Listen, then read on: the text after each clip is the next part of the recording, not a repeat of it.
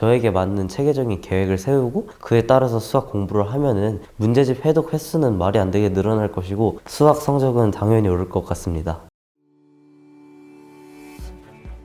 안녕하세요. 수학 캠프에 참여하고 있는 고3 고건희입니다.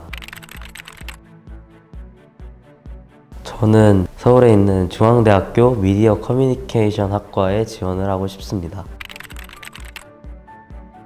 일단 수학은 가장 느리게 점수가 오르는 과목이라고 생각을 했어요. 그래서 수학이 일단 엄청 많이 하다가 조금만 쉬더라도 감이 떨어지는 과목이기도 하고 하루도 빠짐없이 꾸준히 일정량의 문제를 풀어야 된다고 생각하고 또한 과목의 점수를 올리기 가장 어려운 과목이라고 생각해서 수학이 중요하다고 생각합니다.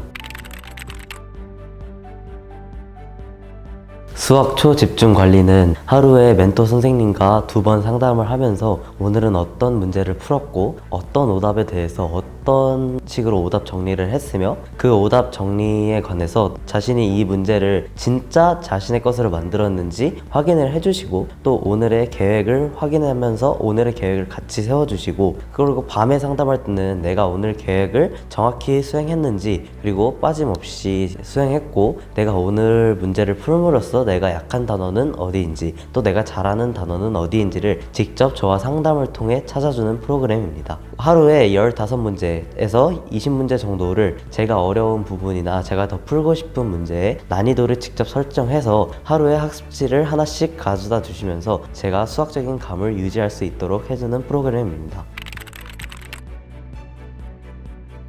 원래 수학 초집중 관리를 받기 전에는 제가 문제 수로 하루에 목표를 잡고 수학 문제를 풀어가지고 제가 100문제를 하루에 잡고 풀었는데요. 그 100문제에서 고난도 문제가 많이 껴있는 날에는 많은 시간이 소요되면서 어떤 날에는 고난도 문제 때문에 100문제를 다 풀지도 못하고 또 고난도 문제가 아예 속해있지 않은 날에는 너무 빨리 수학 100문제를 풀고 그렇지만 하나도 어려움을 느끼지 않으면서 수학 공부량에 대해 정확히 저의 역량을 잡지 못했어요. 수학 초집중 관리를 받으면서 저의 역량을 알고 그거에 맞게 양을 측정할 수 있어서 좋았습니다. 제가 문제를 풀어오면은 멘토 선생님께서 너는 어느 부분이 부족하고 어느 부분은 잘하는구나 라고 해서 제가 지금 수학에서 어느 부분을 잘하고 어느 부분을 못하고 제가 수학 전체에 대한 역량이 어느 정도 있는지를 알려주셨어요. 그러면 제가 그거에 맞춰서 오늘은 내가 약한 부분이니까 오늘은 계획을 조금만 짜는 대신 여기에 개념을 좀 집중적으로 해볼까 또는 여기는 내가 잘하는 과목이다 보니까 평소보다 수학 문제의 양을 좀 늘려가지고 좀 더 많이 나가볼까 이런 식으로 저에게 맞는 계획을 짜게 해주는 시스템이 제일 좋은 것 같습니다.